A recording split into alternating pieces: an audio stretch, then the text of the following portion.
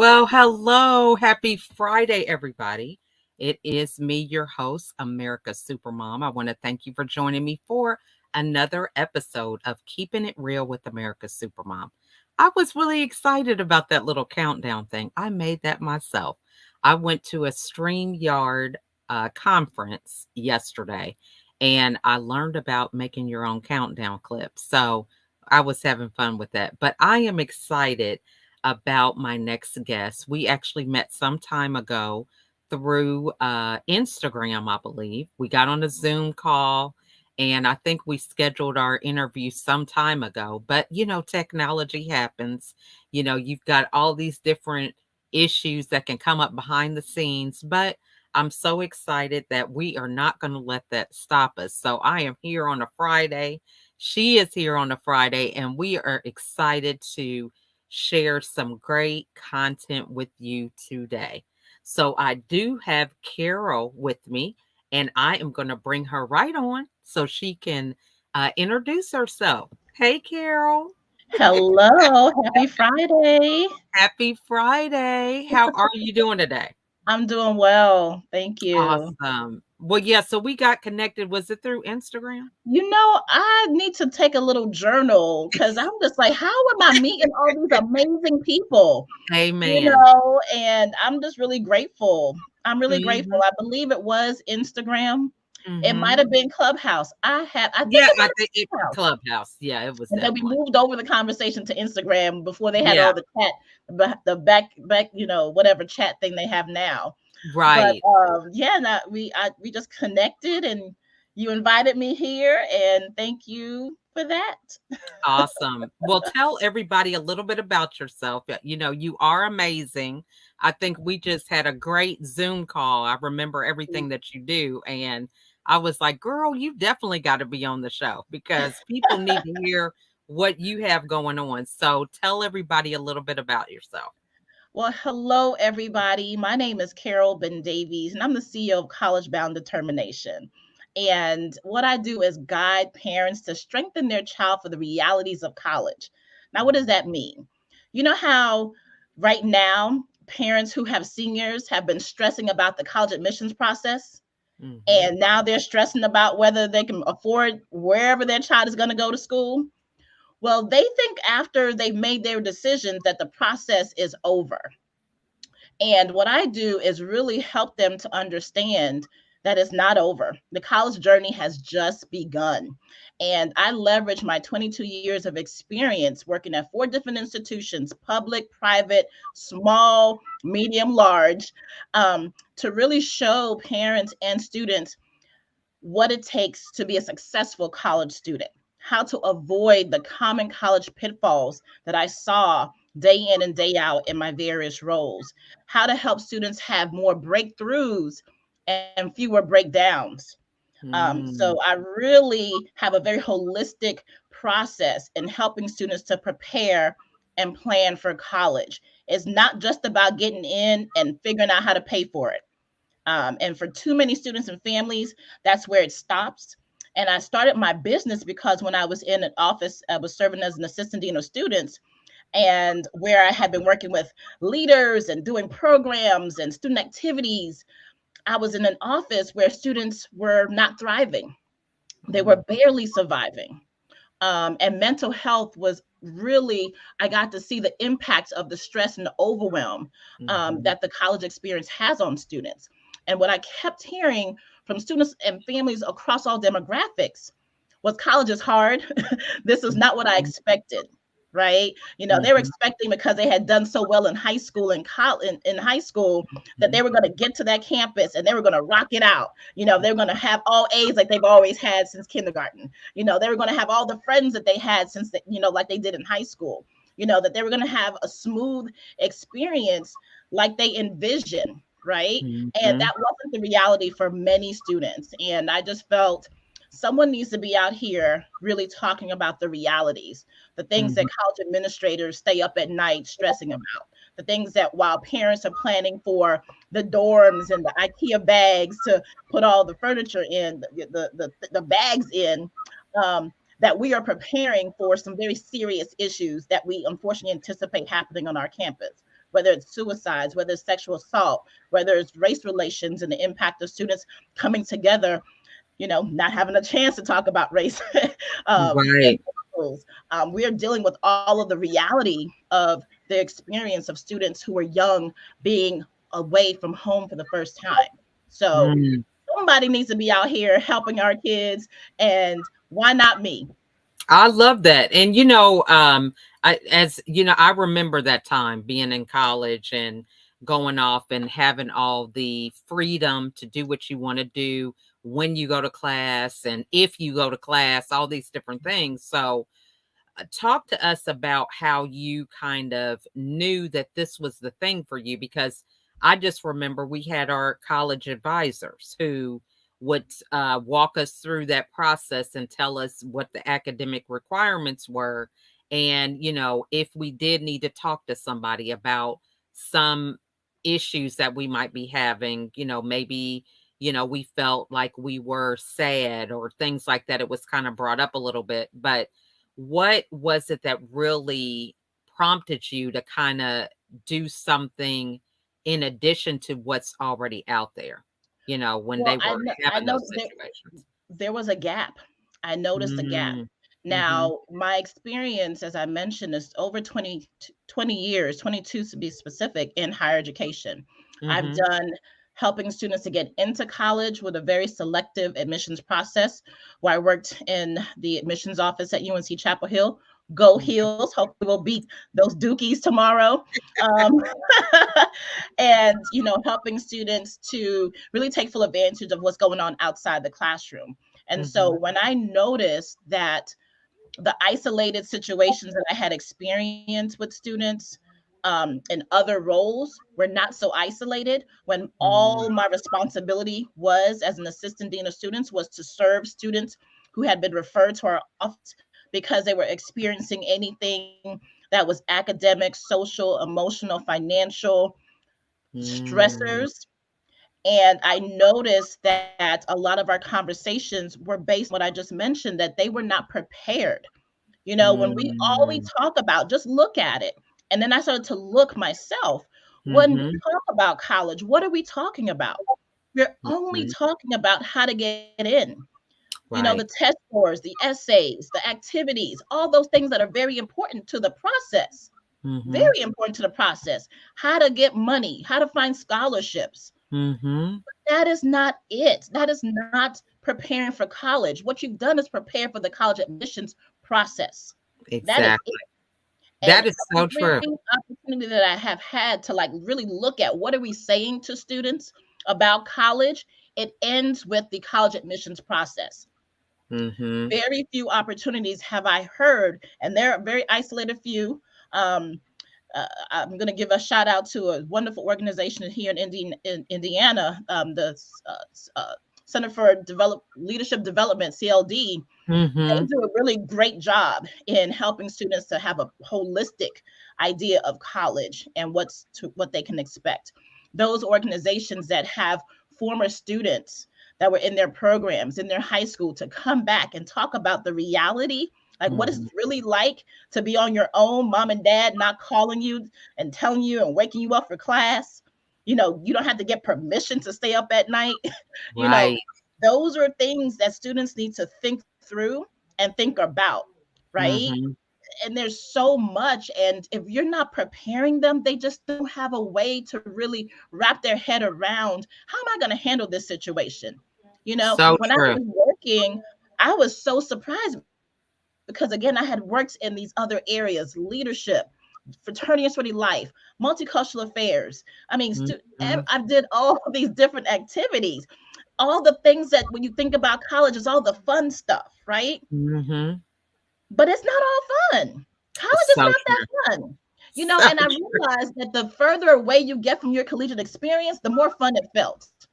Yeah, now this is You true. know, Now this you is true. you forget your all-nighters, you forget praying up, to the Lord, asking him to help you with this exam and this paper that you have to write. Like, you forget all of that. You just graduate. You're like, thank you, Lord Jesus, I graduated. Thank you, that's done. Oh yeah, those memories. Oh, those were great. So when I had students telling me, I remember this one student, he told me, he was like, look, Carol, I need you to stop saying that college is the best 4 years of my life. Because if college is the best 4 years of my life, then my life is going to suck. Wow. And it hit me. And it continued to hit me as I heard students and I saw the situations that they were going through. And Mhm. realizing that it wasn't just a one institution issue, that it was a really larger concern that college administrators were having. But we don't have those conversations with parents. Like right now, they're really oblivious to Right. so much of what their child is going to go through, especially if it's the first time. Yeah. And a lot of times they think if they went to college that they know what college is like. Mhm. Um, Parents who didn't go to college feel like they're at a disadvantage. But I would Mhm. say, since I was literally working on a college campus since the day after I graduated from college, 1998, Wow.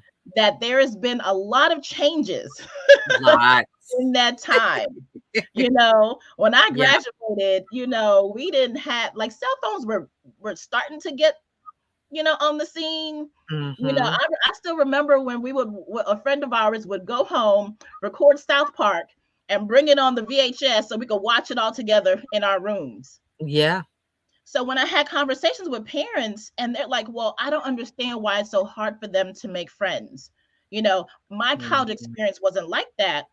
Well, ma'am, you didn't have a cell phone. So true. You didn't have a cell phone where everything is here and you don't really need to engage with other people. You don't need Mm. a room full of people to watch South Park.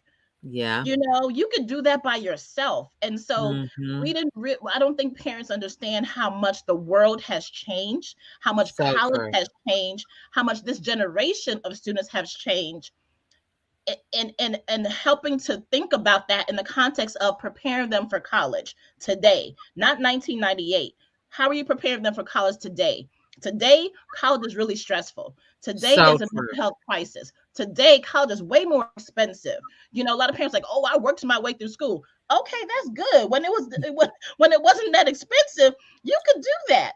So Try true. to pay your way. And universities don't really encourage students, to work full time, because not that they don't encourage, but the research shows that the balancing of work, a Mhm. job, and your academics, it is really difficult for students to Mhm. manage that and to Mhm. navigate that. And Mhm. that's different. Working 20 hours a week and being able to pay for tuition, that doesn't happen today. So true. And And I so just think also this whole thing, like you talked about the mental health, even the fact that this social media, I think the thing that's the most challenging as a parent today is that there's that missing piece about working and having patience for something to take place. So when they see the highlight reels, they're not aware of how many pictures a person took before they posted it, or it is this facade that when you really start looking deep beneath the surface, you find out that it's really not real. But by that point, they've already planted certain ideas and yeah, beliefs, and so the yeah, kids are thinking something's wrong with them because they're not absolutely. getting what somebody else is getting. I was hearing that so loud and clear in several conversations that I had with students, that social media made it seem as if their friends were having such a better time in college than they were. Mhm. Everyone's having a good time. Why am I Mhm. the only one struggling? And I would have to remind them that they were not. I would Mhm. always say to them, they were not alone. If my chair could talk, is what I would tell them. If my chair could talk, it would say, I went through that too. So true. Because as administrators, we kind of, before the pandemic, I would say, knew exactly what to expect and anticipate with students. We knew Mhm. in August, the first, before classes even started, that students would experience homesickness. Mhm. We know all of these different issues that can come up and happen, and they all happen in clusters. That was just the interesting part about it. Mhm. I was like, wow. At the same time where I had been on the same campus planning programs and leadership and going away to a camp where we had DJs and administrators talking to student leaders. We're Mhm. going through ropes course and having all this fun. At that same time, on that same campus, were students who, before classes even started, were thinking, I don't want to be here. Right. I don't belong here. I don't think I Mhm. can do this. I'm too far away from home. I miss my family, Mhm. or after classes started, I can't do this, Mhm. and that imposter syndrome comes in. Mhm. And I do think that social media makes it much more difficult because we are really only showing our highlight reels. Mhm. How many times do we get the perfect picture and that's what we post? Right. You know, Mhm. and it just sends a signal to students that everything is perfect, everything is Yeah. awesome, like the Lego song says, right? Everything is awesome. So true. And I love the sequel to that, which is everything is not awesome. And we need to be Yes. open and honest about that so that they know, hey, if you experience this, you're not the only one. Mhm. You're not the only one. There are people on this campus who can help and support you, but a Mhm. lot of services are actually underutilized because students are really, they don't want to go. There's a stigma with mental health, maybe not Right. so much now because there's so much more conversation about it, which I'm Mhm. loving. One of Yeah. the positive byproducts of the pandemic. Um, Yeah. there's still this idea that I'm not going to go and ask for help. Right. Asking for help is a sign of weakness, Weakness. Yeah. right? So Those true. services And are I'm not for me. The other challenge that I saw was just this myth that we have out that only certain students are going to struggle, right? It's only going to mm, be the low income, the black and mhm. brown kids, Mhm. the kids from the rural parts of America that are going to Mhm. struggle when they get to college. They don't know about office hours. They don't know about this, that, and the other. And what I Mhm. was finding in my conversations were even those students who were multi-generational college students still Mhm. struggled with, okay, they told me to go to office hours, but what am I supposed to do here? What am I supposed Right. to say? What is this? I hear it, Mhm. people talk about it, but Mhm. what does that actually look like, Mhm. right? Mhm. There's just so much that we just don't talk about, and we assume that they're going to figure it out. But I will Mhm. tell you, college is a very stressful and expensive place to just go send some kid off to figure it out. So true. And and I really, what comes up for me is thinking about them having these challenges, but not really having any coping skills. You think about your child when they are at home getting ready to graduate, they're doing everything like chores. Maybe they're working a little part time job, but they're going to the games. They are not really in a position to where they are being equipped for, okay, what if you don't have your cell phone? You know, can you pick up some paper and write a letter, or, go Schedule out own and do doctor's some appointment. exercise, or, they're not, can you plant a garden or any other thing to kind of be more independent and just getting one with nature? We're not promoting that. So, I mean, it's like, what are they going to do? They just have their cell phone. I mean, I had a situation just Sunday. Our electricity went off in the whole area where we're Oh, at, wow. probably like a 5-mile radius, right? Okay. And it wasn't even dark, but the kids were like, it went off for about an hour. Oh my goodness, what are we gonna do? You know what? So they're like, where are the candles? Where's the Oh flashlight? my gosh. But my point is, what are we going to do with the internet? We can't watch a movie. None of their phones were charged. And so I just said, look, you guys, can you get out some papers? We got board games. Can you do Yeah. that? But Yeah. it's like, they didn't even think. And then they're like, oh my goodness, the stove doesn't work. What are we going to eat? I'm like, peanut butter and jelly? Make But a sandwich. But but it's like they don't have that survival mode. It was just really something to me to think yeah. they, crippled just from Yeah. electricity. So before I had kids, this would be the thought process that I would have. Mhm. It's the parents' fault.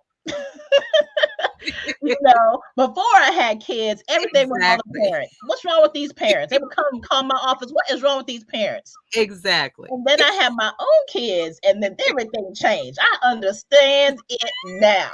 It's so true. But I'm an old parent. I'm 40. I'm about to be Mhm. 46 on the 17th. Woohoo! Amen. Happy early And birthday. thank you. And my girls are really young, 5 and 7. Mhm. And so I'm a Gen Xer Mhm. raising these. I don't even know if they have the generation for these kids right now. No. But have I taught them how to rough Right. it? Mhm. Are they, when the internet shuts down, and they're just like, oh my gosh, mommy, what are we gonna do? Have I taught them, hey, back in the one key example is when they have Roku and Netflix and Exactly. Alexa, and when they want to hear something or see something, they could see it. So Right. one day the internet was out, and so we do a bedtime routine where we ask Alexa to play sleepy music, Mhm. and we couldn't tell Alexa to play sleepy music because the internet was out. So I Mhm. got an old school radio, clock radio, and I Mhm. plugged it in and I said, girls, let me tell you how mommy used to listen to music back in the day. Right. A history lesson, girl. There's no Alexa play Hey Mama, which is a song they want to hear now. I'm just like, what is this? I'm like, where did it come from anyway?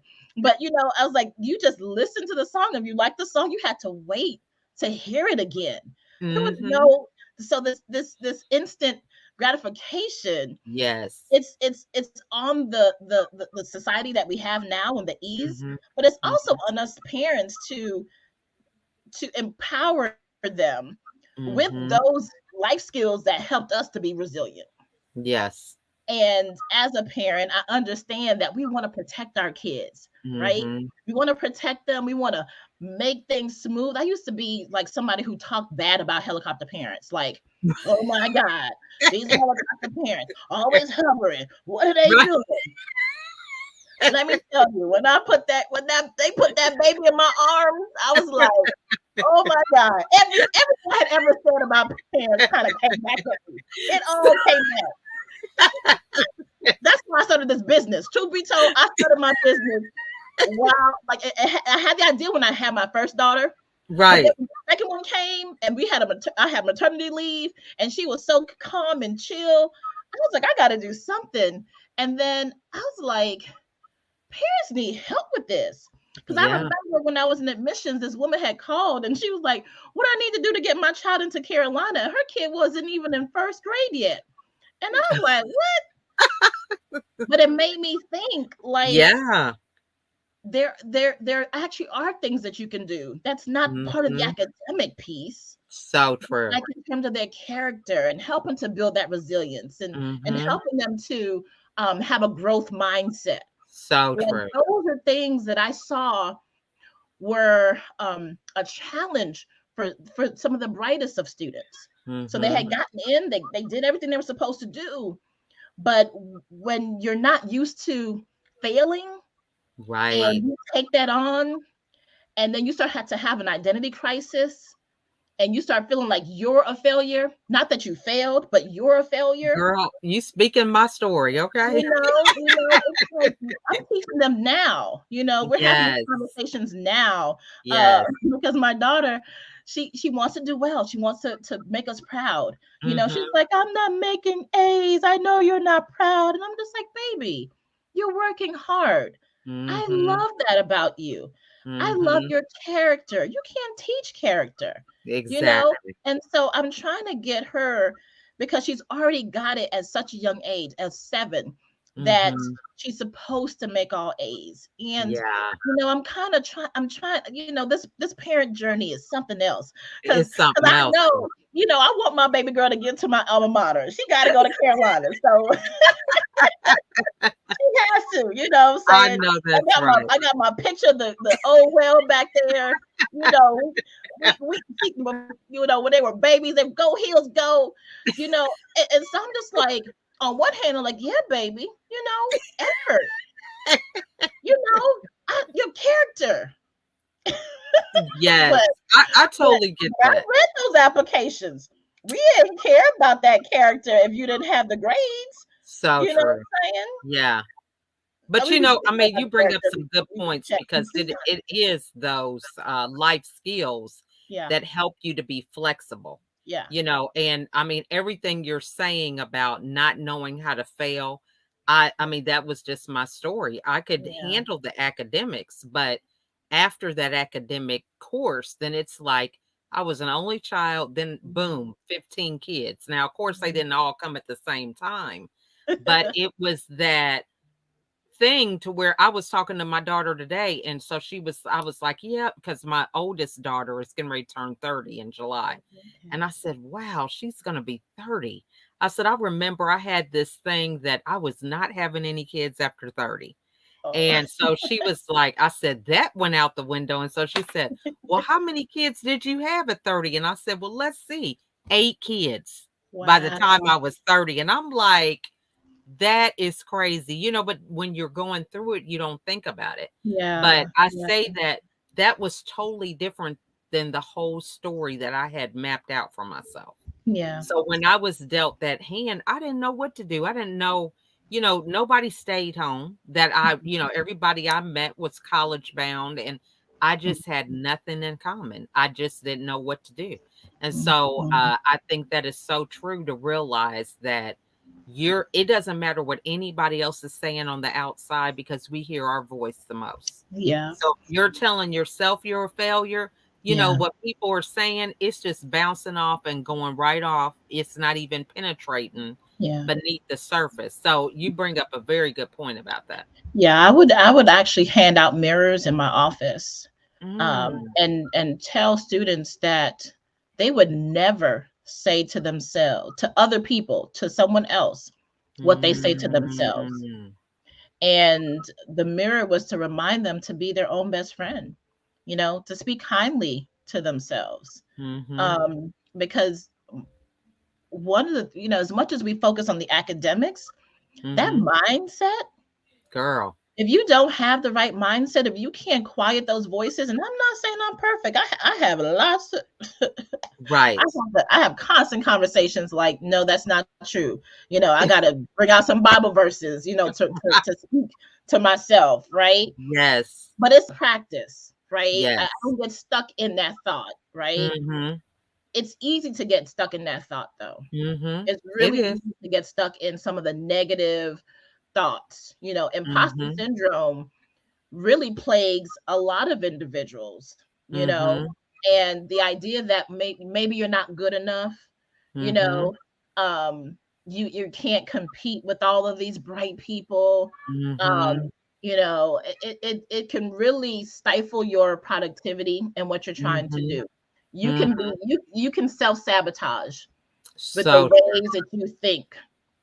And above anything that parents are doing to help their child, one of the best things they can do and empower their child is to help them with their mindset. Mm. Give them tools on Mhm. how to speak life and encourage themselves. Amen. I mean, it's something that I'm working on with my my oldest. Uh, Mhm. we talk about, breathing, trying to let go of these big emotions, having Mhm. a choice about these emotions that you feel. I read something, where did I hear it? That when you think about something and it upsets you, the thought doesn't last that long, but the Mhm. feelings that you attach to that thought is what lingers. Oh, that's good. Yeah, I thought that was Mhm. good too. I mean, the thought Yeah, just comes and goes, but what we've attached to that thought is what. so true. And sometimes, I mean, for those of us who have anxiety, we are Mhm. sitting here anticipating and getting all worked up and feeling a certain way about something that hasn't even happened yet. So true. It may not happen. You It know what I may mean? not happen. So But true. I will say, because this has been my experience, you can worry yourself so much about something that hasn't happened that it actually becomes a reality. So I true. won't tell my business because it's all public, but in a private space, I will tell you all of that, and It how is that so came out true. to be true, you know. Um, Mhm. and we have to guard ourselves about, for, against those things. And the best time to do that is when you're young, So true. you know? I got this revelation, the other day, it probably has been a few weeks ago, about, if you have the faith of a mustard seed, you could say to this mountain, be ye moved and cast into the sea. But Hmm. the Lord just talked to me and said, but why do you have to let the problem grow into a mountain? Why don't you Ooh. squash it when it's a thought? So Woo! you don't even have to go there, because he says we're supposed to take every thought into captivity to the obedience of Christ. So if you do that at the thought stage, you don't have to worry about no mountains, right? Yeah. So That is deep. Why I love that is because when I was single and I was like, please Lord, bring me my man, just pray for a husband. One of the things I would say is mountain of doubt, move out. mhm. Because I still live in Indiana, and it's not a lot of brothers walking around here. They just were not. It was just not. I'm at a university town. You just can't go dating every student that you see. That's just not gonna happen. You can't do that. So you're just like, where they at? You got to go an hour. I live close to Girl, Chicago. you are Nobody want to telling do all that. You working hours. I work student hours. Oh, late. I was like, do I have to move to find this man? But one you of the are things telling the that I truth. kept saying was mountain of doubt, move out. My I God's gonna love send that. me. And I just said all this stuff, and it happens. But I love what you Amen. said. Don't Mhm. even let it grow into a mountain. That is so Right. deep. That That is was so deep. deep. That not It's only so from deep. God, okay? That's how he talks to me I'm sometimes, sitting here okay? like, ooh, that's good. That is so good. Yes. Well, this has been wonderful. Girl, look, I could go on for hours, okay? As you can see, it's like we've known each other forever, you know? Absolutely. But Absolutely. there's my daughter home. But Hey. tell everybody how they can get a hold of you. Well, hello, hello. Well, you can find me. I'm on Instagram, Carol Ben Mhm. Davies. You can go to my website, Carol dot I mean www.carolbendavies.com. I Mhm. also am on Facebook, Carol Ben Davies. So everywhere, social media outlet, very easy name. I'm the only Carol Ben Davies out there, very Googleable. So connect with me. I would love to have a conversation about anything that might have sparked your interest as we chatted tonight. I am looking to work with parents who are seniors of this class of 2022. Mhm. If you are a parent who has a senior heading off to college and you think they're good, you think everything is done, um, it's not. And if you want to be proactive in helping them to really get to their campus and hit the ground running, so that they know why they're there, surprise students don't, to know what their major and career path could be. 80% of students change their major at least once, and on average 2 to 3 times, uh, Mhm. costing more time and money in school. If you want them to go off to college with much more clarity and confidence, then Mhm. please contact me. I would love to work with your child, so that they could really get to campus and thrive, not merely survive. I love that. I don't think she can see. It's something Mhm. about the light. But that's wonderful. You just gotta love kids.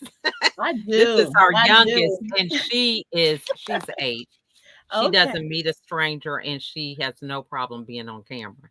So Yes, she yes. That's comes why I had to and lock hangs my door because I would have had the same thing. You heard them right before this broadcast. So God out. answered prayers because I prayed. I'm like, Lord, He let sure them. does. So true. So, I mean, this has been wonderful, Carol. Now, Thank you. what final thoughts would you like to share with any parents that are watching about this? Any advice that you would give them about how to prep or anything like that? Whatever you feel led to share. Really, I would just love for parents to understand, especially those that are college bound, Mhm. help your child understand that they are more than their grades, you know, Mm, that they are more than enough. Mm-hmm. Talk to your child openly and honestly about the struggles that you have had in life. How did you overcome it?